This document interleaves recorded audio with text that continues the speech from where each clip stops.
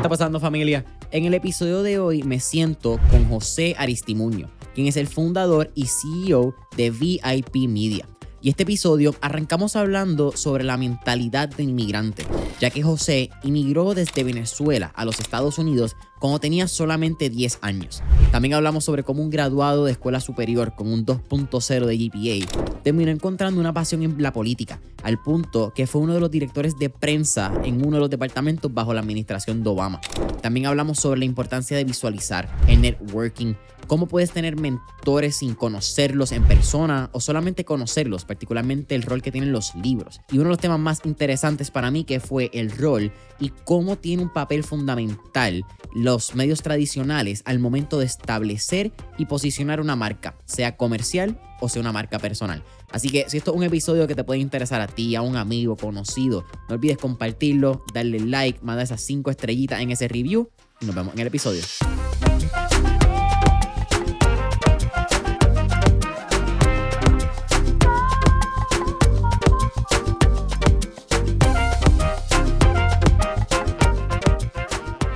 José Aristimuño. ¿Qué está pasando, hermano? ¿Cómo está, mi hermano? Un placer. Gracias por estar aquí. El placer es todo mío. Primero que nada, bienvenidos a Puerto Rico. Llevan aquí menos de 12 horas, creo. Así hermano, lo más importante, mi primera orden oficial al llegar a la isla es tengo que venir a ver a mi hermano Jason. Oye, agradecido. Bienvenidos, como le decimos, al calentón. Definitivamente hace un buen calentón en estos días. Y hermano, más que agradecido de tenerte en el podcast. Vienen a la isla. Gracias. Aunque cuando salga ya habrá pasado el evento de Average to Elite. Vamos a estar en eso. Fue el viernes 28, si no me equivoco de fecha. Probablemente ya esto va a estar afuera, ¿verdad? Pero la pasamos increíble en el evento. Totalmente. Estuvo súper cool. Definitivamente vamos a hablar un poquito de lo que es networking. Pero antes de hablar del evento, antes de hablar de lo que va a estar sucediendo también el 3 de noviembre aquí en Puerto Rico, quiero hablar de José. Okay. Porque hay muchos puntos bien interesantes en tu crianza, varios que me pude relacionar y varios que no me pude relacionar por la diferencia, ¿verdad? En nuestras vidas. Totalmente. Pero, ¿qué tenemos que conocer de tu crianza para entender cómo es José hoy en día? Mira, yo empiezo en lo profundo. Empiezo con todo, directo. Yo nací batallando. Yo nací luchando. Yo nací de 6 meses. O sea, yo nací literalmente prematuro, recién nacido. Inclusive, en ese momento tenía una hermana, Morocha, que hoy en día me cuida y está en el cielo. Y de repente no ese momento, porque era muy pequeño, pero cuando fui creciendo, mi madre siempre me dijo, esa estrellita que está allá es tu hermanita, que te está viendo, que te está cuidando. Y la vida, la manera que yo vivo mi vida, todos los días dándole con todo, trabajando en lo que quiero, con pasión, con amor en lo que hago, es porque yo tengo una responsabilidad de no solamente vivir por mí, pero vivir por mi hermana, ¿no? Vivir un 2 por 1, ¿no? Como dicen. Pero si me preguntan, José, ¿quién es José llegando hasta el principio? Llegando, luchando. Desde los primeros inicios siempre estaba luchando y hasta este momento sigo luchando, pero digo luchando realmente no desespero, no le digo en lo negativo, le digo en lo positivo. Claro. Porque si vinimos a esta vida con el corazón latiendo, si vinimos a esta vida a darlo todo, ¿no? Qué más bonito si no luchar, ¿no? Por lo que uno quiere. Claro, tenemos la posibilidad de luchar. Es así. Recientemente vi, creo que es una cita de Billie Jean King, quien fue la tenista, que decía, pressure is a privilege. That's right. Entonces muchas veces pensamos que nos levantamos como que, tenemos que volver a trabajar, o tenemos que hacer este proyecto, o hay que hacer ejercicio, tenemos que ir al gym. Total. Pero creo que es bien lindo si miramos la contraparte. Tengo la oportunidad de ir al trabajo, tengo la oportunidad de hacer ejercicio. Todo es lenguaje. Claro. Todo es lenguaje, todo es frecuencia, todo es energía. La manera que nosotros le hablamos a las otras personas y la manera que nosotros nos hablamos a nosotros mismos, ¿no? Día a día, es lo que va a determinar si tú vas a ser un empresario exitoso, un padre exitoso, un esposo exitoso, etc. Entonces, todo comienza contigo y la historia que tú te dices a ti mismo. Esa historia de José tiene unos puntos bien interesantes porque tienes la mentalidad del inmigrante la tienes bien marcada. Eres venezolano, como escuchamos en tu acento. Es así. Vas a Boca Ratón, creo que a los 10 años tus papás se mudan pre-Chávez, técnicamente. Tus papás salen. Noviembre de 1998, Chávez fue juramentado a principios de 1999, ¿no? Mis padres, de cierta manera, fueron visionarios, ¿no? Veían lo que venía para Venezuela bajo un régimen bajo Hugo Chávez y hoy Maduro. Exactamente. Sabían lo que venía. Ya Chávez había ganado. Ya prácticamente llegaba que seguramente dijeron, ¿sabes qué? Le dieron una oportunidad de trabajo en ese entonces a mi padrastro y decidimos venirnos a los Estados Unidos. ¿Cómo fue ese pase? Porque llegas a Boca Ratón, creo que llegas también a una ciudad y el Panhandle de la Florida tiene mucha cultura latina, pero aunque hayan culturas latinas, lo que me he dado cuenta es que cambia drásticamente la manera que pensamos cuando venimos a nuestro país de origen, particularmente creo que en Sudamérica. Sudamérica tiene una manera bien particular y el Caribe, Total. que aunque sí llevamos nuestra cultura, sí llevamos ciertas costumbres, cambian cuando llegamos a lo que es Estados Unidos. ¿Eso fue lo que tú notaste de inmediato o fue lo que poco a poco con el camino te diste cuenta como que, ok, espérate, aquí hay que hacer otras cosas que quizás en mi país, Venezuela, no había que hacer? Totalmente. Yo creo que primero que nada, y al punto que tú dices, hay, por lo menos, los venezolanos, los colombianos están en el sur de la Florida. Miami, yo iría hasta Palm Beach. Los puertorriqueños, los boricuas, muchos de ellos están en Orlando. Orlando, Kissimmee. Es correcto, en el corridor, ¿no? Que lo llaman. Los mexicanos en California, en Texas, ¿no? Entonces, los salvadoreños en Washington, D.C., guatemaltecos, centroamericanos, ¿no? Y tú de repente te preguntarás, ¿pero por qué de Centroamérica se van tan lejos, ¿no? Y hasta Washington. Porque obviamente el inmigrante muchas veces se guía por las personas que han venido antes de ti. Entonces, si tú tienes un tío que te diga, mijo, vente para Texas, vente para El Paso, tú te vas a ir a lo conocido, vas a ir a donde está tu comunidad, tu tribu, tu gente, ¿no? Entonces, bueno, yo creo que primero que nada, frente a cuáles son las adaptaciones o cuáles son esos cambios que tú tienes que hacer en tu vida, primero que nada, que me atrevo a decir que en Latinoamérica la vida es muy relajada, ¿me entiendes? En Latinoamérica, aunque tenga 10 años, la vida es muy relajada, uno tiene, de repente yo que vengo de una familia clase media, es normal que en tu familia tengas un chofer, es normal que en tu familia tengas una nani, que tengas gente que te ayude en la casa. Que en Estados Unidos realmente la mayoría, eso está reservado para el 1%, ¿no? Entonces, tú vienes para acá y cosas que para un niño de repente son inocentes, pero me formaron a mí como venezolano americano, que es lo siguiente, cuando tú llegas acá, tienes que empezar bueno, en ese entonces tenía 10 años y mis hermanitos tenían 2 años y 1. Yo ayudaba a mi mamá a bañarlos, a hacer la comida, a darles de cena, o sea, todo ese tipo de cosas. Entonces, tenía una responsabilidad como el hermano mayor, que no sé si tuviera tanta responsabilidad si hubiera todavía estado viviendo en Venezuela. Ser hermano mayor, ¿cómo ha cambiado tu vida? Porque eso es un punto bien interesante. Yo tengo una hermanita menor y somos 2. Okay. Pero me parece que los roles de ser hermano mayor y hermano menor hacen mucho de tu, no sé si tu carácter, pero mucha de tu personalidad también. Creo que you carry with you in everything you do, como que ciertos aspectos de ser el protector, quizás ser el líder, tener la responsabilidad de que te miren. ¿Eso fue lo que tú te dices cuenta o quizás algo intrínseco que tienes dentro de tu ADN? Totalmente. Yo creo que en parte, ¿no? Yo creo que o sea, si me voy mucho de la parte de los signos, por lo menos. Yo soy Tauro, mi cumpleaños es el 30 de abril, soy muy protector, ¿no? Okay. O sea, soy protector, me gusta ayudar a la gente, soy compasivo, ¿no? Y yo creo que eso se nota siendo yo hermano, siendo yo amigo, jefe, etc. Entonces sí, yo creo que en parte tiene que ver mucho de la manera que yo soy. Mi padre, mi madre siempre han sido de la misma manera, pero yo creo que sí, que el hermano mayor tiene responsabilidades. Tú eres el primero que llegó, sobre todo como inmigrante, ¿no? También, no es que solamente que eres el hermano mayor, pero eres el que ya está aprendiendo a hablar inglés, estás en un grado un poco más, obviamente, avanzado, estás aprendiendo una cultura totalmente nueva, pero al mismo tiempo tus papás también están aprendiendo una cultura nueva. Claro. Entonces tienes que ayudarlos a ellos a navegar esto junto, ¿no? Para tus hermanos, porque de repente, y yo creo que mucha gente que escucha el podcast va a compartir esto. Los millennials, ¿no? Que ahorita pueden tener entre 20 y pico de años a 30 y pico, casi 40, algunos de ellos. Muchos de ellos que vinieron a Estados Unidos de una edad temprana, ¿ok? Saben, hablan inglés. Pero sus papás, que también vinieron al mismo tiempo, y todos tienen aquí viviendo 15, 20 años, los papás no hablan tan bien inglés como habla el niño, como habla el propio hijo, ¿no? O la hija. Porque nosotros, obviamente, si viniste más joven, tienes una capacidad de absorber mucho más rápido, número 1. Segundo, tienes la immersion, ¿no? Te meten en el sistema educativo, claro, en el colegio, en la escuela, y eso va a hacer que tú aceleres. Entonces, ¿por qué digo todo esto? porque yo le podía hablar a mis hermanitos en inglés. Mis padres de repente no tanto, ¿no?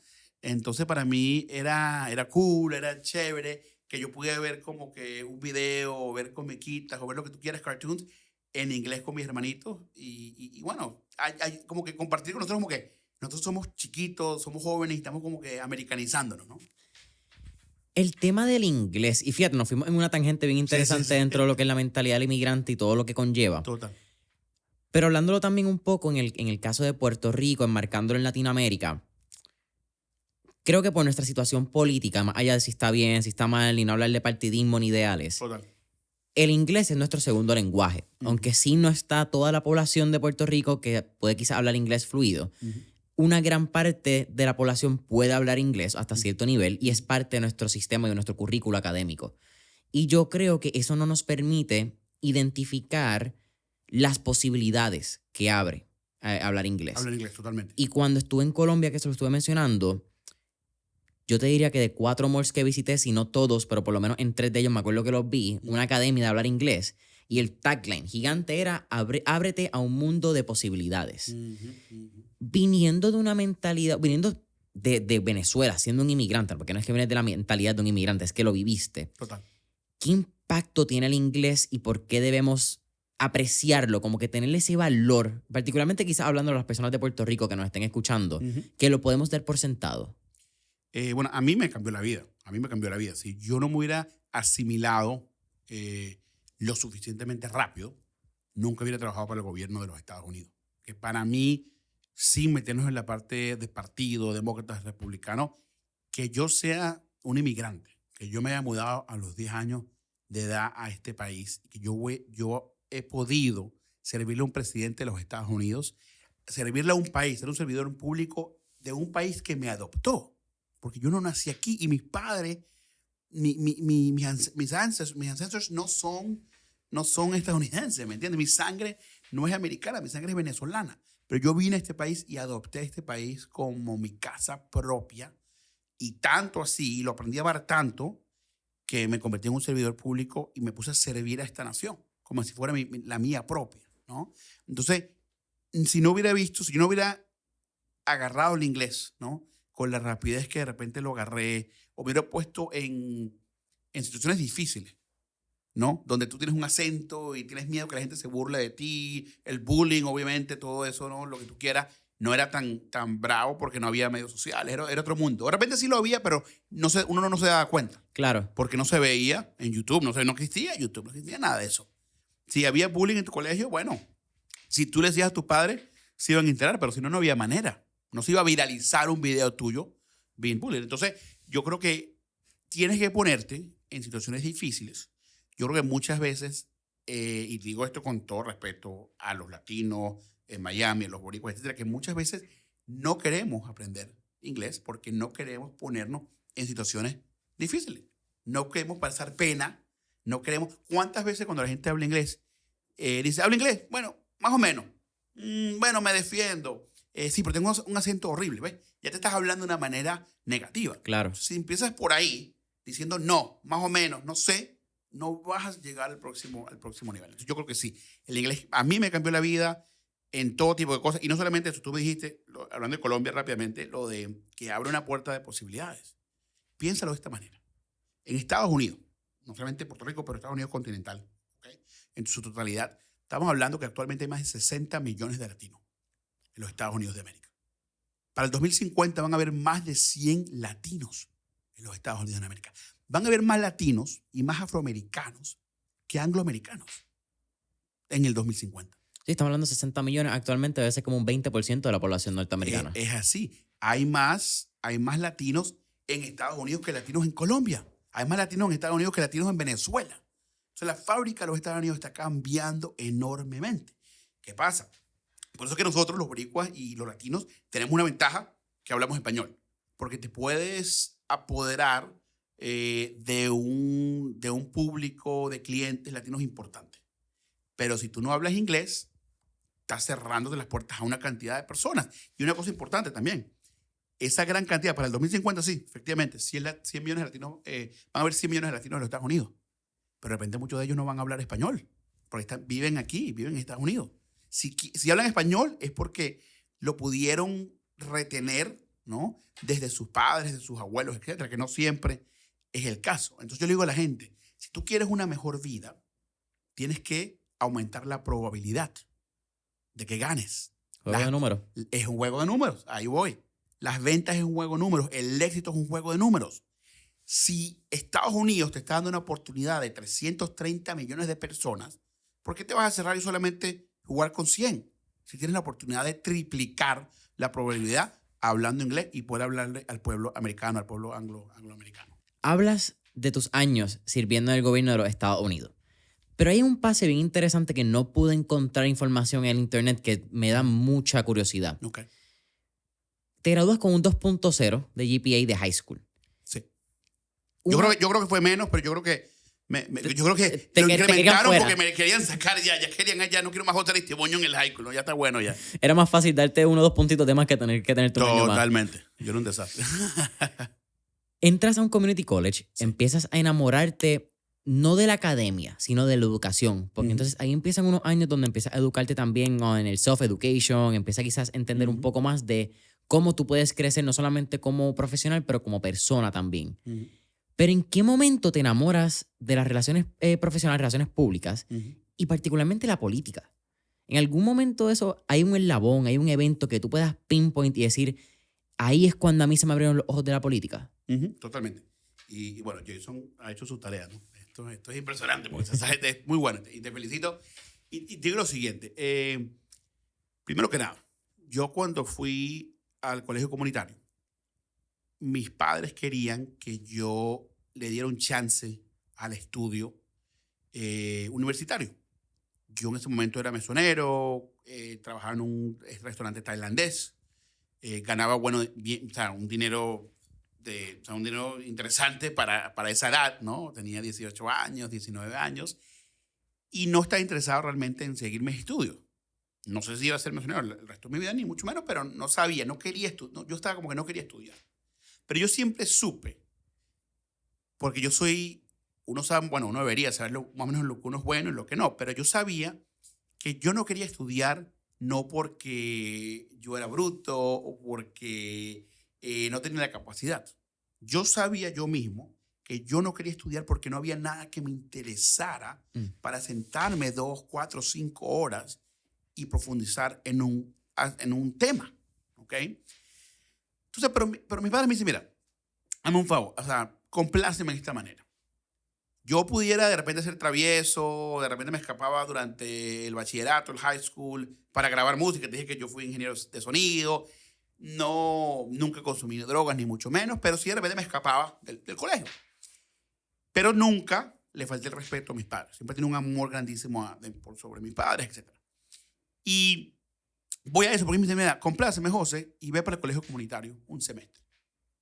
Ellos me dicen, la universidad es diferente. Por la universidad no tienes que ir de lunes a viernes, tú puedes seleccionar los días que quieres ir, puedes seleccionar las clases que tú quieras tomar. No tienes que tomar matemática o álgebra o geometría si no te gusta. ¿En serio? Sí, en serio. Bueno, déjame ver, pues.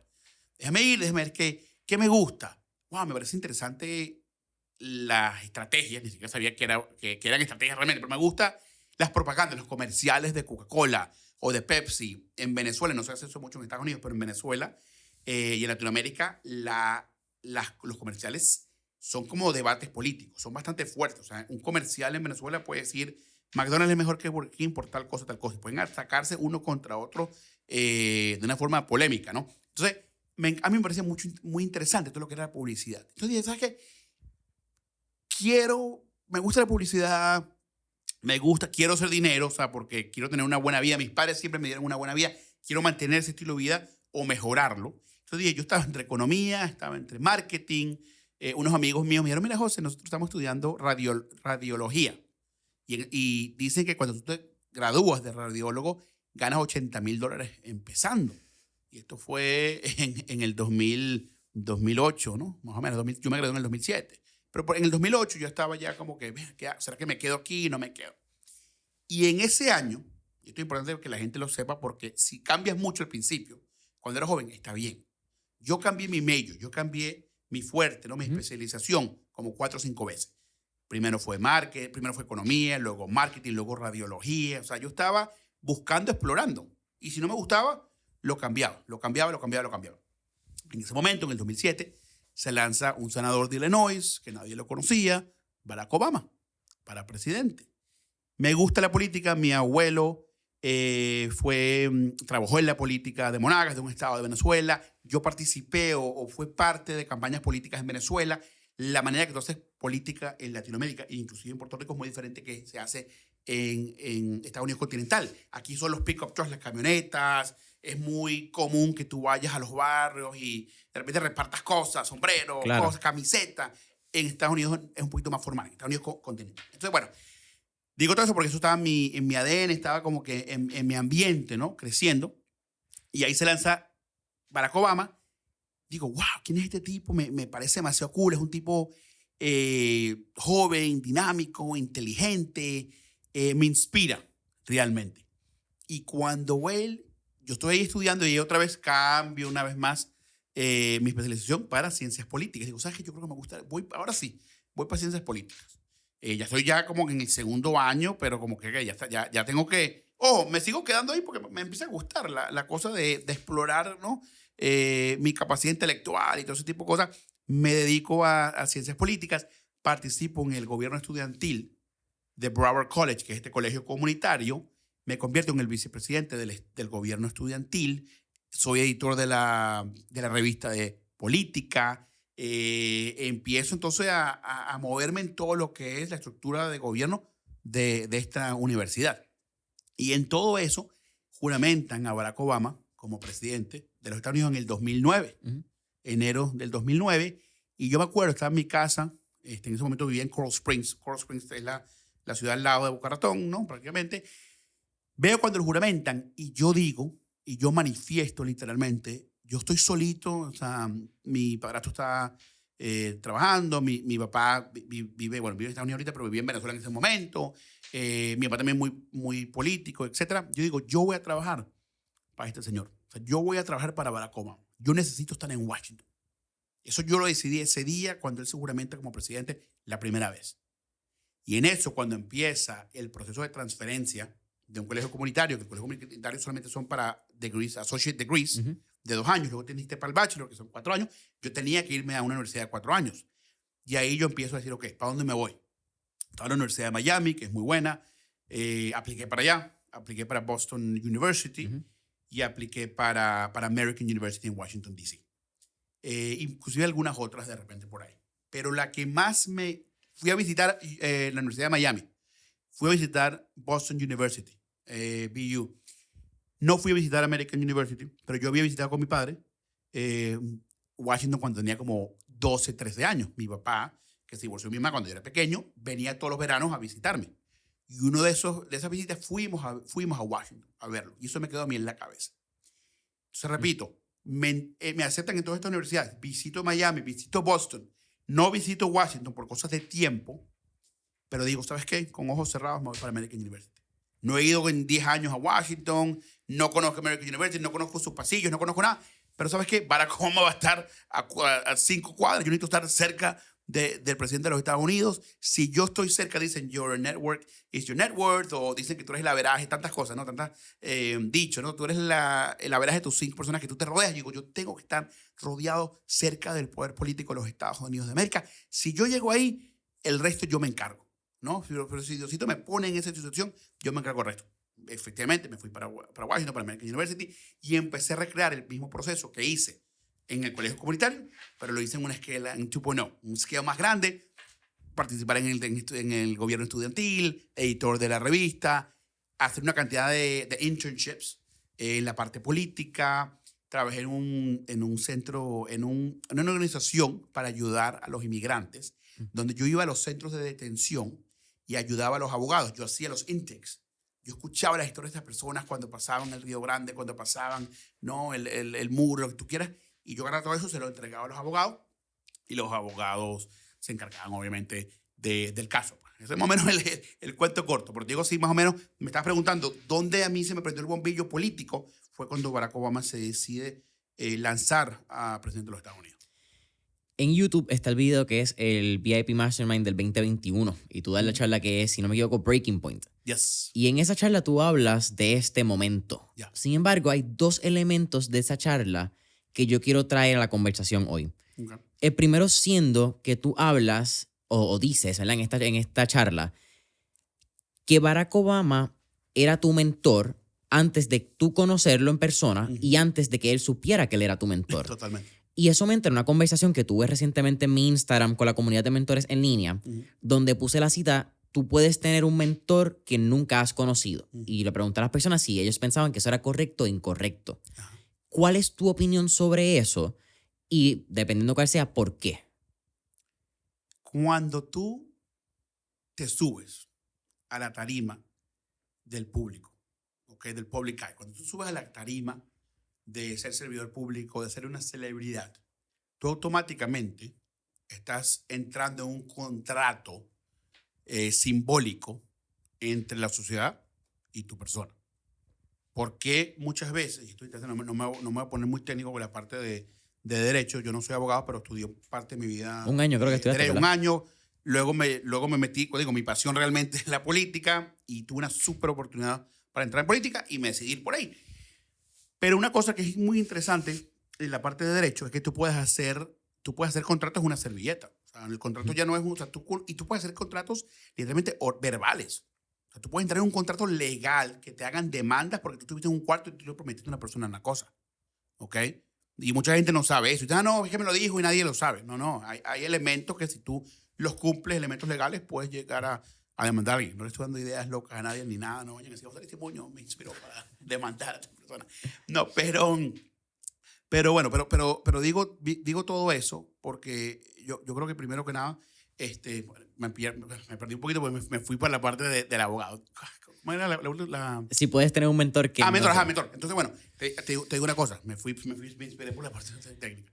No, pero te digo una cosa. ¿Sí puedes tener un mentor? Claro que sí, porque te digo, cuando tú eres una celebridad, te metes a un estándar de conducto que tú ya tienes esta responsabilidad que la gente te aprenda de ti. Entonces, si tú eres un autor de libro, ¿por qué no? O sea, prácticamente tú estás poniendo tu información en el mundo. O sea, como que no, obviamente, la persona no puede decir en 3 años, no puede decir 2, 3 años y decir, mira, no, pero él me enseñó eso. No, o sea, tú lo leíste y tú lo interpretaste de una manera y actuaste sobre esa información. Entonces, si nos ponemos súper técnicos, tú puedes tener un mentor sin que sea tu mentor. Técnicamente, o sea, puedes aprender de esa persona, ¿no? Pero si tú sientes que esta persona te está hablando a ti, a mí me parece eso algo súper bonito, ¿no? Es como que cuando alguien da una charla pública en la universidad, cuando alguien da como, o sea, ese tipo de cosas, él no te está hablando directamente a Jason, le está hablando a un público en general, pero tú sentiste que te habló a ti. Y tú saliste de esa graduación inspirado porque esa persona te habló y te dijo algo a ti. Entonces yo totalmente creo que sí. El mundo aquí es para compartir información y para inspirarnos unos a los otros y crear una comunidad. ¿Para qué venimos al mundo si no es ayudarnos a unos a los otros a subir al próximo nivel? La visualización. Fue otro punto que hablaste, y lo acabas de mencionar, pero lo hablaste particularmente en esa charla. ¿Qué rol tuvo o qué rol ha tenido la visualización en tu éxito? Porque creo que, de lo poco que he podido estudiar, has visualizado cada paso que has dado. Como que tus pasos dentro de la política también fueron bien particulares, fueron bastante metódicos, no fue un paso al garete. Y tu paso a emprender también fue un pase bastante metódico. Toda meta que yo he cumplido, yo la he creado en mi cabeza antes de accionar sobre ella. La visualización, la manifestación, es como un músculo. Si tú quieres tener fuerza, tienes que ir al gimnasio todos los días. Si tú quieres tener inteligencia, tienes que estudiar todos los días. La práctica. Hay un gran libro que se llama The Tipping Point, de Malcolm Gladwell, que habla de un concepto que se llama la regla de las 10.000 horas. Los Beatles no es la mejor banda de rock del mundo, pero practicaban como nadie. Michael Jordan no era, bueno, ahí pudiera argumentar que sí era, pero Michael Jordan no era el mejor basquetbolista del mundo, pero sí practicó como nadie. Le dijeron cuando estaba tratando de entrar al colegio de secundaria que no, he wasn't going to make the high school team. You're out. He didn't make the high school team. Y llegó a ser el basquetbolista más importante del mundo. J.K. Rowling le negaron más de 12 editoriales su libro Harry Potter. Mira dónde llegó J.K. Rowling. Entonces, como que si uno se deja ir por una persona que te dijo que no, vas a tener problemas. Entonces, la manifestación es constancia, es un músculo, tienes que seguir todos los días. Y te digo, no, la manifestación no es sentarse en el sofá, en el sillón y decir, bueno, mañana quiero tener un Ferrari. No. Es decir, primero tiene que ser honesto. Primero tiene que haber un pathway, un camino hacia ello. Yo cuando hago manifestaciones, yo digo, yo quiero llegar a este nivel, quiero hacer esta cosa, quiero trabajar para Barack Obama, pero nunca digo de qué manera voy a llegar. Porque yo sé que esa respuesta no la tengo yo, esa respuesta la tiene Dios. Pero si yo me alineo con las cosas que yo debería hacer para llegar a conocer a Barack Obama, estudiar, mudarme a Washington, esas acciones las tomé yo. En el camino empezaron a surgir cosas. Si yo nunca me hubiera mudado a Washington, D.C., nunca hubiera hecho el internship en Care Coalition, que es la organización para ayudar a los inmigrantes. Si yo nunca me hubiera mudado para Washington, D.C., nunca hubiera conocido a María Cardona, que es una de mis mentoras, una de mis ex jefas. Si nunca no hubiera conocido a María Cardona, no hubiera llegado a la televisión. Si no hubiera llegado a la televisión, y así uno va llegando. Pero repito, la manifestación era, tengo que estar en la política, quiero trabajar para Barack Obama, ¿qué acciones tengo? Y uno empieza a reflexionar, ¿qué acciones debo tomar para llegar ahí? Pero el camino completo, you kind of figure it out along the way, and that's kind of beautiful, ¿no? Sobre la vida. Sí, pones la meta, pero el camino es indefinido. El camino va a tener distintas carreteras, va a tener distintas salidas, va a tener distintas maneras en cómo se pueda manifestar el camino. Y eso es chévere, eso es emocionante, that's exciting, that's cool. Una vez llegas a la política, estás unos años, como mencionaste, creo que era en Departamento de Salud. De Salud, exacto. Department of Health and Human Services. Entras cuando estuvo el ébola y cuando Sí. estaba el Zika en Puerto Rico. Eso es más o menos 2010, 2011, si no me equivoco, ¿cierto? 2015. 2015. Sí. 2015. Dengue fue el 2010. Es correcto. Sí, Sí, 2015 Zika, ébola de repente fue en el 2014, Sí. por ahí. Sí, me acuerdo Pero hubo una segunda ola. Después del Zika, en 2015, vino una segunda ola de ébola. Ok. Sí, porque recuerdo más que nada como que el video de la persona saliendo del avión con ese sí. caso como que... Sí, fue súper tough, ya. Con la vestimenta, o sea, con el Sí, traje, y la con el persona traje estaba protector. como en una camilla envuelta Sí, como en una horrible, like a bubble. horrible. Bien interesante. Me dio loco pensar que hubo un ébola, ¿verdad? Que pensábamos que iba a ser el COVID. Creo que en un momento creo que era una enfermera, y después de esa enfermera hubo una foto bastante también fuerte donde ella fue para la oficina Oval, conoció a Obama, o sea, como que fue bastante. Esa fue con ébola, creo que no, esa fue con ébola. Sí. Pero esa fue ébola, lo de los trajes. Exacto. El Zika no Que era fue tan- como un caso de África, que ella estaba ya... Sí. Y el Zika era más, si tú recuerdas, el peligro que había para las mujeres embarazadas. Claro, Las personas que tenían el riesgo más porque podían pasarlo. fuerte para el niño. Sí. Aquí en Puerto Rico fue interesante porque tanto el fenómeno del dengue como el Zika causó que muchos municipios hicieran estos camiones con básicamente exterminating or fumes de estos que para matar los mosquitos y matar los criaderos de mosquitos. Y entonces era de momento a las 7 de la noche, tú escuchabas el camión con la alarma y era todo el mundo cerrar ventanas, cierra puertas porque era tan y tan fuerte Total. por la cantidad de desinfectante, whatever es el término. Recuerdo esos camiones. Fue bien particular. Sí. ¿En qué momento entonces también entra los medios tradicionales? Porque creo que tú entras en una etapa bien particular y tú hablaste incluso de la campaña de... Esto ya era cuando Hillary se estaba tirando 2016, si no me equivoco, contra Trump. Total. Que hacen esta campaña de los videos donde untan con Venezuela y tú haces que comparamos a Chávez con Sí. Trump. Y fue bien particular esa campaña. Pero ya tú estabas entrando en una época donde los medios digitales iban a tener un impacto y tuvieron un impacto en lo que fueron esas elecciones. Total. Pero el medio tradicional, que yo creo que es algo que tú estás especializado y has tenido las 10.000 horas que habla Malcolm Gladwell, te has convertido en un experto por la práctica, no porque dices que eres un experto. Exactamente. ¿Cómo fue eso? Porque tú eres millennial, tu fuerte o tu tendencia por generación sería un poco más al lado digital, Total. pero todas tus prácticas fueron al lado contrario. ¿Cómo fue eso? Mira, muy interesante y yo creo que el milenio, y sobre todo la generación más joven que nosotros, la generación Z, etcétera, nacen con un iPad, ¿no? Nacen con el teléfono ya en la mano prácticamente. Nosotros también. O sea, yo me considero que mi primera computadora la tuve como a los 6, 7 años, algo así. O sea, me acuerdo teniéndola en Venezuela y yo me vine a los 10 años, posiblemente a los 8 años, de repente, ¿no? Dial-up, Un estimado. sonidito cuando conectaba la computadora. Sí, todo ese tipo de cosas, exactamente. El programa era MS-2, ¿no? Cuando uno empezaba a aprenderle y todo, era un proceso. Tenía que saber un poquito de código para usar una computadora, ¿no? Entonces, aprendo. ¿Cómo aprendo yo?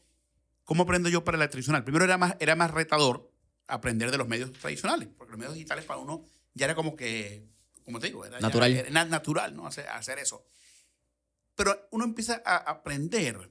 Lo primero que tú tienes que hacer para ser exitoso en la política es comprender el electorado. ¿Ok? Comprender los votos. ¿Por qué no? Suena feo de repente uno decir, bueno, pero es que los políticos solamente les importan las elecciones. Bueno, si no ganan la elección, no llegan al gobierno. ¿Y por qué solamente le hablan a un sector de la población? Porque hay un límite de tiempo y hay un límite de recursos. Tienes tanto tiempo, tienes tanto dinero para lograr el objetivo. Si eres, pensándolo ahorita un poquito como ser eficaz, eficiencia y cómo realmente usar los recursos que tienes de la manera más rápida, ¿no? Que te funcione más, tienes que hacer lo siguiente, ¿ok? Si la gente de 55 años, 65 años de edad son los que más votan, ¿por qué voy a gastar un poco de dinero en los jóvenes? Si los jóvenes votaran, eso me motivará a mí como campaña también a invertir más en ellos en términos de outreach, en términos de tocarles las puertas. Claro, recursos. Entonces, yo creo que mucha gente piensa o tiene la percepción que el político no le importa al joven. No es que no le importa al joven, es que tiene recursos limitados, tiempo limitado y históricamente la gente que vota son las personas de 50 para arriba. Si los jóvenes quieren cambiar eso, empiecen a participar en su país, en su política, en este proceso electoral, porque al ellos participar no van a poder ser ignorados por los políticos. ¿Por qué? ¿Qué tiene que todo ver esto con los medios tradicionales? La gente de 50 años, de 65 años de edad, consumen televisión. El latino de 55 para arriba consume radio. Para ganar elecciones, yo como director de comunicaciones tengo que saber dónde está el latino Miami. ¿Qué está escuchando? Está escuchando 107.5. Ok, yo tengo, mi candidato tiene que estar presente ahí. ¿Qué escucha el mexicano o qué lee el mexicano en Los Ángeles? El periódico La Opinión. Mi candidato tiene que estar ahí. ¿Qué escucha el salvadoreño en Washington, D.C.? Tal cosa. En Iowa, etc. ¿Qué escuchan las mujeres, las madres, amas de casa en Miami? ¿Qué ven? Despierta América en Univisión. Telemundo, la telenovela. Entonces, mi propaganda, mi comercial tiene que ir a las 11 de la mañana antes de la novela, antes del noticiero, etc. Por eso que es tan importante comprender los medios tradicionales. Mi objetivo como director de comunicaciones para cualquier campaña es que mi candidato, su mensaje sea amplificado sobre la mayor cantidad de personas, pero al mismo tiempo la mayor cantidad de personas que van a votar por él o que están inclinadas por lo menos a participar en la política. Si yo tengo $100, ¿para qué yo voy a poner $100 en publicidad, en un show de niños cuando los niños no votan? ¿Me entiendes? Si es un tema de yo quiero proteger a los niños, ok, de repente hay que ponerlo ahí, ¿me entiendes? Pero entonces tiene que haber una estrategia muy, pero muy detallada de dónde quieres que vayan tu ad spend o your ad money o your ad dollar. Y mucha gente que escucha esto de repente que understands Facebook ads, understands Instagram ads, no es muy diferente de la manera que tú haces eso en la parte de medios tradicionales. Y otra cosa que también es muy importante, que es lo que es earned media y paid media. Paid media es cuando tú le pagas a Instagram muestra tu publicidad.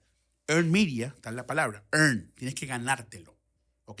En la política, tú puedes hacer paid media, puedes hacer comerciales, pero en el earned media es donde se pone muy interesante, porque Despierta América, Univisión, porque tiene que tener mucho cuidado de cuidarse las espaldas, de que la gente no malinterprete que ellos están cubriendo un candidato porque ellos apoyan a ese candidato. Claro. Tienen que apoyarlo porque tiene que haber una noticia. Si te lanzas a presidente, ese día te van a capturar lo que tú estás haciendo, ¿me entiendes? Ese día te van a cubrir, como dicen.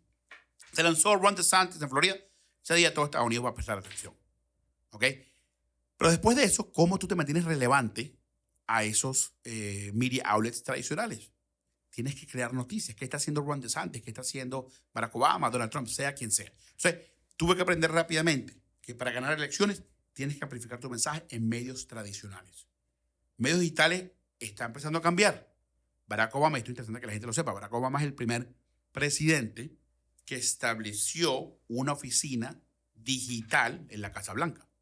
Esto no había pasado con George W. Bush. Trump creo que la quitó, o sea, al mismo tiempo. Pero yo creo que, o sea, Barack Obama fue el primer presidente que entendió los medios sociales importan en una participación, en una elección política. Hay un tema muy interesante que quiero hablar contigo porque creo que es un tema que mi generación, contando que estoy generalizando, pero creo que mi generación todavía no ha entendido tanto la importancia de entender la data. Una cosa es tú poder recolectar data, una cosa es tú ver data, otra cosa es saber interpretar la data.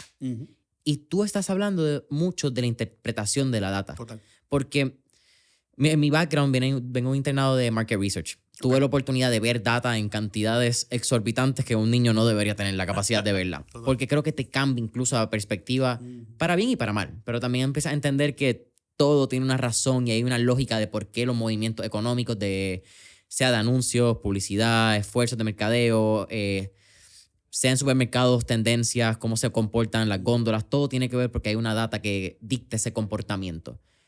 ¿Cuán importante fue eso para ti? Aprender a leer la data, pero más que nada saber interpretar la data para poder llevarse a una estrategia consona, poder llevar resultados o poder decir, mira, yo vaqueo lo que sea de mi estrategia porque estos números lo respaldan. Total. Lo chévere, o sea, lo bonito, lo interesante de una campaña presidencial.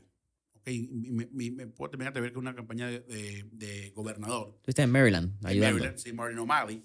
En esas campañas grandes hay diferentes sectores, diferentes, yo diría, diferentes equipos. ¿Okay? Está el equipo de investigación, ¿no? De research y análisis. Está el equipo de comunicación, cual yo lideraba muchas veces. Equipo de política, que el equipo política es muchas veces, por lo menos, se debería este candidato presidencial acercar a tal congresista o tal gobernador, debería darle esa llamada. Si ganó un presidente en Brasil, debería darle una llamada a esa persona felicitándolo, sí, no. ¿Qué consecuencias tiene esa llamada? Claro, sí, más estrategias y relaciones políticas. Y relaciones políticas. Esa es la parte política. ¿Okay? Por la gente, de repente, cuando escucha esto, dice, pero si todo esto es política. Pero es ese tipo de política, relaciones políticas. Entonces, tienes la parte de comunicaciones, tienes la parte de data y análisis, investigación, tienes la parte política, tienes la parte digital, que es todo el contenido de medios sociales, que obviamente cuando yo empecé a hacer política y formar parte de campañas, ya eso existía, así que eso era muy divertido, pero yo estaba más en comunicaciones, en la parte tradicional. ¿Okay? Entonces, ¿qué tan importante es eso? Lo bueno de todo esto, que yo tenía llamadas o reuniones todas las semanas con el equipo de data, donde ellos me presentaban la data. José, mire, esto es lo que hemos hecho encuesta, esto es lo que nos están diciendo ahorita de las madres de 35 a 45 años. Esto es donde están, esto es lo que están haciendo, esto es lo que les gusta, esto es lo que les causa ira, rabia de la situación del país. No les gusta que la economía se está yendo para abajo, no les gusta el tema del aborto. Cada vez que hablan del aborto presten atención. Y eso me ayuda a mí a, de cierta manera, llenar el espacio de mi candidato, ¿ok? Donde, o sea, con cosas que van a tener efectos al final del día en la reacción del pueblo americano. Si yo lo pongo el Día Internacional de la Mujer, yo necesito que mi candidato vaya a un show nacional de mujeres, como The View, ¿me entiendes? Que es un programa liderado por una cantidad de presentadoras mujeres. El Día del Inmigrante, quiero que le haga una entrevista con Jorge Ramos, en Al Punto, ¿me entiendes? El Día del Refugiado, quiero que haga tal cosa. El Día del Emprendedor, quiero que vaya para Silicon Valley o que vaya a un pequeño negocio, un supermercado que abrió un inmigrante, que venga a Puerto Rico, ¿me entiendes? Todo ese tipo de cosas. La campaña se gana hablando entre todos los sectores. El de data, el de digital, ¿no? El de política, el de scheduling, ¿no? Obviamente. Y eso es lo bonito de la política, es que es un mundo donde hay reglas, ¿ok? O sea, no hagas nada ilegal, obviamente, pero hay mucha creatividad. Quizás saliéndonos un poquito del rol de la política que tienen los medios tradicionales al emprendedor, a la persona que está creando su marca, posicionamiento. Hay mucho esfuerzo y hay mucha narrativa alrededor de los medios digitales, porque son los medios que están son los que te venden 7 cursos de cómo hacer Facebook Ads, son los que te venden 7 cursos de influencer marketing. Es donde la bola está sonando y donde se está meneando el cobre en esta época. Pero el medio tradicional, ¿cuál es el papel que juega para el establecimiento y el reconocimiento de una marca, sea para un negocio o una marca personal? Excelente pregunta. Necesitas los dos. Para tener una marca exitosa del 2023 hacia el futuro, necesitas tradicional, necesitas digital.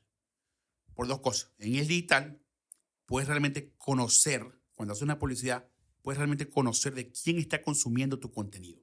Porque puedes hacer lo que se llama microtargeting o geotargeting. Puedes enseñar, yo quiero que mi publicidad sea escuchada o sea vista, leída en este código postal, que esta persona tenga ciertos intereses, le guste este tipo de películas, le guste este tipo de personas, ¿ok?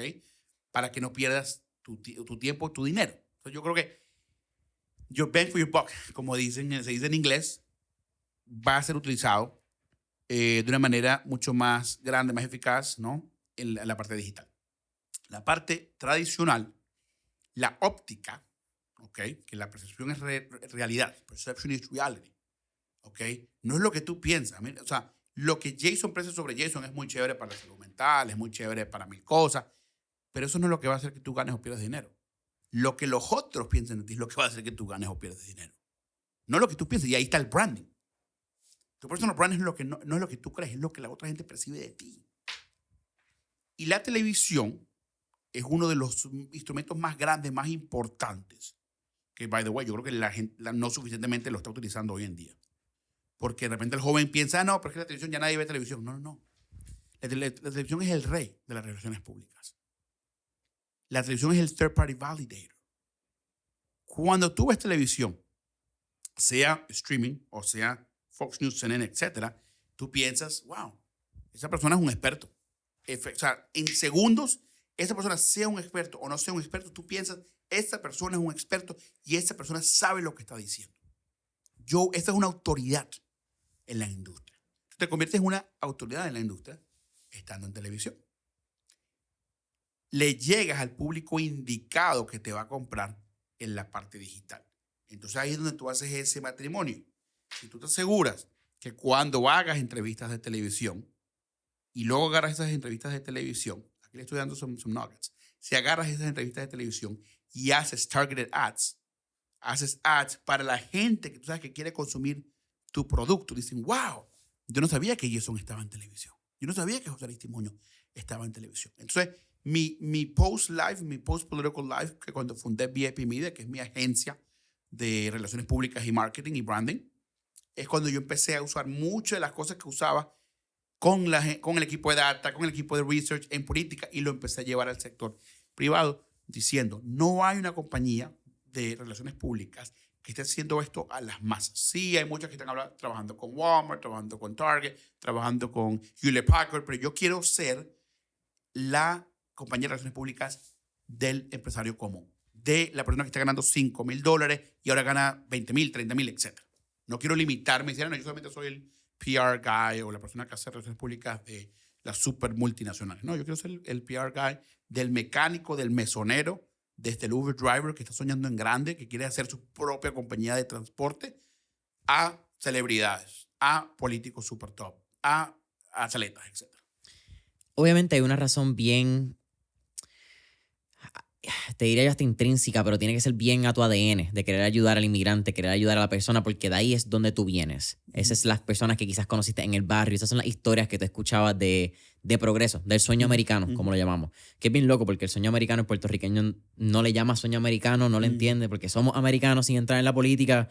Es bien particular. Cuando hablan del sueño americano, tú lo ves como que tan lejano lo que era. Sin embargo, el sueño americano yo creo que es algo súper actual que todos los días familias viven el sueño americano. Totalmente. Pero eso es un súper paréntesis. Me perdí. VIP Media. Pero ¿por qué quizás enfocarte en el pueblo y no necesariamente en the big buck? Porque ahí estaba, ya tú tenías la experiencia, tú podías fácilmente coger una ruta bien tradicional, irte por los clientes bien grandes y buscar el dinero rápido, que muy probablemente también te iba a dar la mayor cantidad de libertad económica a largo plazo. Pero ¿por qué no hacer eso y enfocarte en el que lo necesitaba?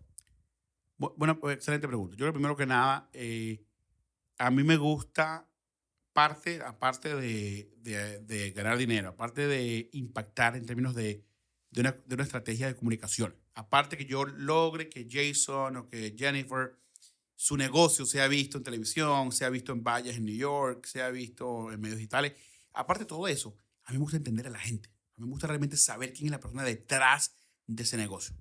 Y cuando tú realmente trabajas directamente con el jefe o el presidente de esa compañía, y ojo, yo tengo clientes que tienen 100 empleados y tienen un network de $100 millones, muchos de ellos. Pero siempre tengo acceso a los grandes cerebros de esa compañía. Cuando habla, si yo agarro un cliente como Walmart o una compañía súper grande, no estoy opuesto a hacerlo y se puede hacer y lo he hecho, pero es un poquito más burocrático. Mm, No puede tener tanto el sello y la huella de José Aristimuño. claro. Y esto lo aprendí mucho también en el gobierno. ¿Okay? No en las campañas son diferentes. Las campañas, cuando estaba en campañas presidenciales, tú podías poner la creatividad, porque lo que quieres es llegar a la cima y ganar. Claro. Ya cuando ganas la cosa ya se pone más difícil porque hay burocracia y para tú poder sacar una propaganda puede tomar meses. Para yo poder dar una entrevista al aire representando al gobierno de Estados Unidos me puede tomar dos semanas que me la prueben. Entonces, como que, pues, es un poquito, yo soy impaciente, pero yo creo que mi impaciencia lo uso para bien, porque soy una persona de resultados, quiero llegar no hasta el momento y todo. Entonces, tú me preguntas, José, ¿por qué me gusta ir para el pueblo? ¿Por qué me gusta ir a la gente? Primero, porque me recuerda mucho la política, porque la política es un deporte de la gente. Mi profesión lo dice, relaciones públicas. O sea, yo no soy nada de José Aristimuño, no es exitoso si no se enfoca en la gente, si no se enfoca en las relaciones. Relaciones, networking. Creo que va bien atado también al evento que ya pasó cuando salga este episodio, ¿verdad? Que el Average to Elite. También tienes el VIP Mastermind que va a pasar en Puerto Rico el 3 de noviembre del 2023. Hay que poner año, ¿verdad? Porque estos podcasts son evergreen y sí, de momento a la gente le gusta escuchar los episodios bien viejos y tú, wow, ok, gracias. La importancia del network, lo mencionaste al inicio, la importancia de mudarte a Washington, D.C., porque ahí era donde estaban las 5 personas, porque ahí iban a estar las personas que tú querías ser como ellos. Para el joven que está entre edades de 20 a 30 años, que quizás no está escuchando, joven que puede estar tratando muchas cosas, como hablamos al inicio, quizás está buscando qué le gusta, dónde están sus pasiones, qué no le gusta, que yo creo que es algo bien importante que la gente debe hacer y no lo habla tanto. A la gente le gusta hablar de qué te gusta y no tanto lo que no te gusta. A veces es más importante entender qué no te gusta. Claro. Cuando tú encuentras qué no te gusta, creo que you start narrowing, empiezas entonces a cerrar esta puerta de oportunidades de qué te puede gustar. Y muchas veces eso tiene más valor que encontrar que quizás te gustó hablar con las personas, que pensaste que eras bueno en public speaking, ok, pero quizás no te gusta hacerlo en un campo. Pues podemos empezar a niche down. Total. Pero ¿qué recomendación tú le darías a estos jóvenes para que empiecen a posicionarse, sea en algún mercado laboral, para que empiecen a posicionarse con la gente que ellos quieren ser y empiecen a crecer ese network si no han tenido el privilegio de ya tenerlo por sitios donde estudiaron, donde viven, familia, etcétera? Total. Tienes que ir a conferencias como estas, las que estamos haciendo nosotros. Tienen que estar en los sitios, tienen que estar en los sitios donde la gente está hablando de lo que ellos quieren. O sea, a mí me cambió la vida tener no solamente mentores a través de libros, como estamos hablando, pero también mentores. Hoy, gracias a Dios, tengo el privilegio y tengo la fuerza económica de muchas de las personas. Y para mí esto es como que, wow, o sea, yo como que reflexionando aquí. Gente que yo leía libros, veía videos de YouTube, hoy en día me puedo sentar con ellos así como estamos sentados tú y yo, Jason, y hablar con ellos 3, 4 horas. O sea, y te digo, muchos de ustedes que escuchan esto de repente conocen a Tai López. Tai López es una persona que me inspiró. Yo vi muchos videos después de mi vida política. Aprendí mucho del mercadeo digital con Tai López. Y ahora que Tai López sea mi mentor, que yo vea a Tai López 4 a 6 veces al año, pueda ir a su casa o nos encontremos en un sitio y yo pueda hablar con él y cenar con él. Y no solamente de hablar del pasado, de cómo él llegó a unos videos, los videos más virales que en la historia de YouTube, muchos de ellos lo ha hecho él, y que yo pueda aprender de él directamente, para mí es un privilegio. Pero tuve que ver sus videos primero, tuve que ir a conferencias y ser uno más en el público, y ahora ¿no? estar en niveles parecidos, ¿no? Entonces, la manera de entender, de mejorar tus relaciones, tu network, es ir a conferencias como esta. Por eso es que estamos haciendo, como tú bien sabes, que ya hicimos el From Average to Elite, ¿no? Cuando esto salga. Albert Shagnazarov, un cliente, un amigo, inmigrante también. Entonces te digo, yo me relaciono mucho con el inmigrante porque veo mi reflejo en ellos. Aunque nuestras batallas hayan sido diferentes, continentes diferentes, países diferentes, situaciones económicas diferentes, todos somos, ¿no? Hijos adoptados de repente de una manera u otra de los Estados Unidos de América y estamos haciendo todo creando nuestra propia versión, algo que tú estás hablando, nuestra propia versión del sueño americano. El sueño americano no es lo que dice Hollywood. El sueño americano de repente para alguien es la casa con el carro. El sueño americano para alguien de repente es tener una finca y tener unas vacas y unos caballos. El sueño americano para otra persona es simplemente pagarle la universidad a su hijo. El sueño americano para otra persona puede ser tener un disco, o sea, mil cosas, ¿no? Pero es tuyo y es algo muy, pero muy personal. Pero si tú quieres cambiar tu vida, ponte en situaciones donde va a haber gente que te puede ayudar y no tengas miedo de preguntar por esa ayuda. Ask for help. If you want something, say it. Say it. O sea, no tengas, o sea, si tienes un producto que quieres vender, dile a la gente, este es mi producto, es muy bueno, te va a ayudar, deberías comprarlo. Deberías comprarlo. Pero no tengas miedo, ¿no? de hacer eso. Quizás la gente que nos está escuchando, ¿verdad? Pueden haber personas que sean tímidos, que no sean personas con las destrezas de hablar, de romper el hielo, ¿verdad? Como breaking the ice en inglés. ¿Qué recomendación tú le darías a esa joven o a ese joven que quizás dice, ok, yo puedo ir al evento, pero quizás no me atrevo a hablar a la persona que está al lado mío, quizás estoy tímido, nunca me enseñaron a hablar? ¿Tienes una recomendación quizás que sea táctica de mano? ¿Cómo lanzarte quizás es perder ese miedo? Porque es uno de esos miedos bien grandes por alguna razón. Total, y yo creo que mucha gente tiene ese miedo y de repente no lo admite. ¿No? Y solamente lo admite cuando llega un momento como este, que está un poco, oh, bueno, ¿sabes qué? Fíjate que yo nunca he hecho esto antes o me da miedo lo que tú quieras. Pero si tú te das cuenta, yo que he ido, mira, más de 30 conferencias en mi vida, sea la de Tony Robbins, sea la de Ty López, sea la de Grant Cardone, sea mis propias conferencias, siempre tienes que hacer ejercicios de breaking the ice, tienes que hacer ejercicios, tú no lo notas, en la conferencia siempre dicen, dale una palmada de manos a la persona que está al lado tuyo, vamos a hacer un ejercicio ahorita, un simulato de cómo vender una pluma, y entonces tú hablas a la persona a tu derecha, a tu izquierda, etc. Yo creo que los organizadores de conferencias tienen una responsabilidad de guiar la conversación y al mismo tiempo empujar que haya ese diálogo. Porque ya cuando hay ese diálogo, ya la gente se calma, la gente como que ya empieza a estar como que ya más a gusto, ¿no? Porque conoce a la persona. Pero es normal. Es normal, yo creo que hay gente obviamente extrovertida, hay gente introvertida, hay gente que son introvertidas extrovertidas. Yo te diría como que a mí me gusta mi solitud, me gusta estar solo, o sea, una buena parte de mi día, porque puedo pensar. O sea, yo me levanto muy temprano, a las 5 de la mañana, mis primeras 2 horas estoy escribiendo, journaling, de repente yo hablando con Dios, ¿no? Etcétera.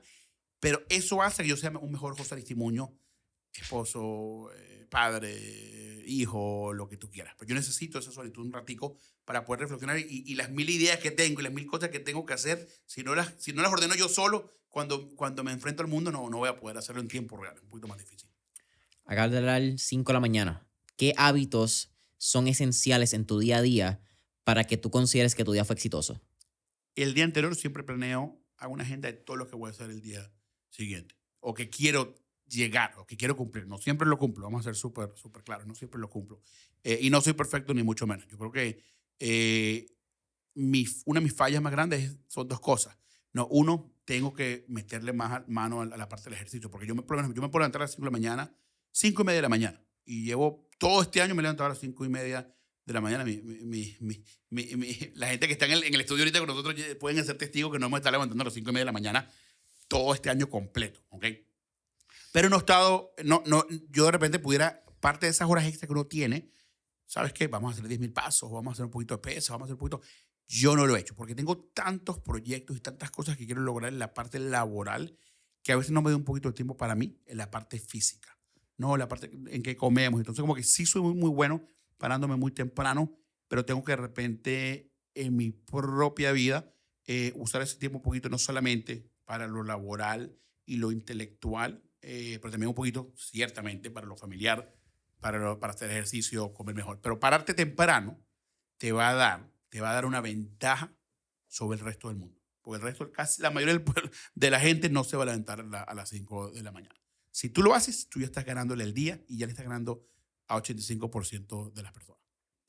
Ya casi terminando el episodio, siempre al final hacemos 4 preguntas de fuego. Pero Okay. antes de esas preguntas, Okay.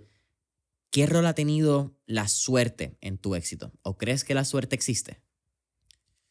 Yo creo que la suerte es oportunidad. Yo creo que la suerte es oportunidad y preparación. O sea, viene el tren de la oportunidad y tú tienes que estar preparado. Nunca vas a estar totalmente preparado, ojo. Pero tienes que estar suficientemente preparado para creer en ti mismo y saltar, hacer ese salto. Atrévete. Yo siempre digo en todas mis conferencias, en todas las cosas que hago, take the jump. Take the jump. Estábamos hablando, Jason, de breaking points, ¿no? Van a haber breaking points que tú tienes que tomar. Me voy por la izquierda, me voy por la derecha. La suerte no existe. Es preparación con oportunidad y nada, tomar acción masiva. Tomar acción masiva es un juego de números como estábamos hablando. Si quieres tener mejor probabilidad de ganar, toma más acción. Batea más en béisbol, y termino con esto antes de hablar del rapid fire. En el béisbol, mira, una persona puede batear 100 veces, ¿ok? Y esas 100 veces, de repente va a tener 20 hits y va a tener 5 home runs. La gente siempre se acuerda de los home runs y los hits. No se acuerda las veces que you struck out. So keep batting your way to success. Hey, el punto 300.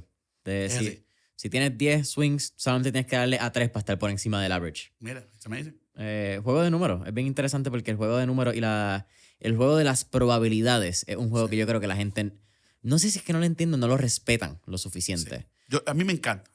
Yo estoy obsesionado con los números y no, mira, mi fuerte no es finanzas, mi fuerte no es matemática, ni mucho menos, pero entiendo la probabilidad. Fui muy bueno en estadística. Yo creo que eso fue una de mis clases que mejor me fue. Estadística, no matemática, estadística, es diferente. Sí. Y me encanta, la verdad que me encanta. Yo pasé bien estadística 1. Estadística 2 no me pasó tan bien. Esa la sufrí. Actually, la tomé con un compaisano tuyo, un venezolano. ¿En serio? Aquí en Puerto Rico a las 7 de la mañana cogía clases de estadística. Viva Venezuela, viva Puerto Rico. Hay mucho. Viva esa hermandad que tenemos, es muy bonita. José, ahora sí, últimas 4 preguntas. Let's do it. La primera, si tuviéramos la oportunidad de estar en esta película de Back to the Future y estar en un DeLorean, ¿a qué época, década o periodo histórico te gustaría ir y por qué? 1980, la música. La música de los 80 es muy buena. ¿Rock? Sí, rock, 100%.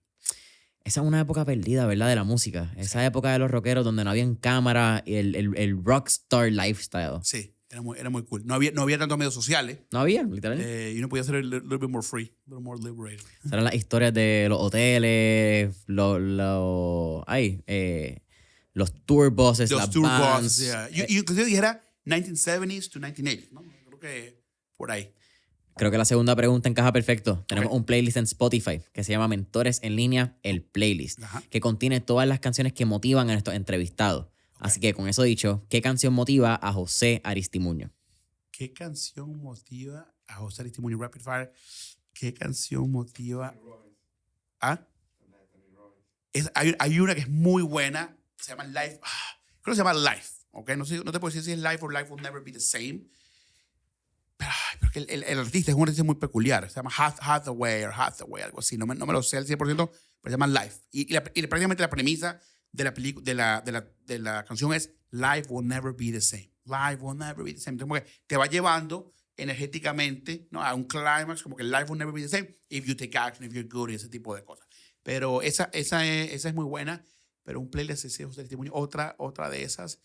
Me encanta, o sea, yo escucho un poquito de todo. Me encanta esta es una muy random, que más latina, pero me encanta una de Basilio que se llama Mi Primer Millón. Oh, claro. Porque me recuerda como que cómo empecé yo antes de llegar a todo eso, tener un estudio, vivía en un estudio en Washington, chiquitico, con 4 personas, o sea, olvídate, no podía pagar mi renta. Entonces, como que esa canción me recuerda mucho a mis inicios. Mi Primer Millón de Basilio y Cara de Luna, la versión moderna con Carlos Vive. Ajá, espectacular. Sí. Tercera pregunta. ¿Qué 3 libros les recomendaría a nuestra audiencia? Malcolm Gladwell, The Tipping Point. Muy bueno. Awakening the Giant Within. Tony Robbins. De Tony Robbins. The Compound Effect. El autor se llama Darren Hardy. That's right. Él es el fundador de Success Magazine. Eso no lo sabía, ese detalle. Sí. Buen libro. Y es un libro bastante chiquito. Como tú lo miras y no es el libro... Bueno. Pero el efecto compuesto en todo. Creo que es bien loco porque Warren Buffett siempre habla del interés compuesto. Y entonces cuando tú llevas ese interés compuesto a la vida, que lo haces el efecto compuesto, te das cuenta que al fin y al cabo también es un juego de números.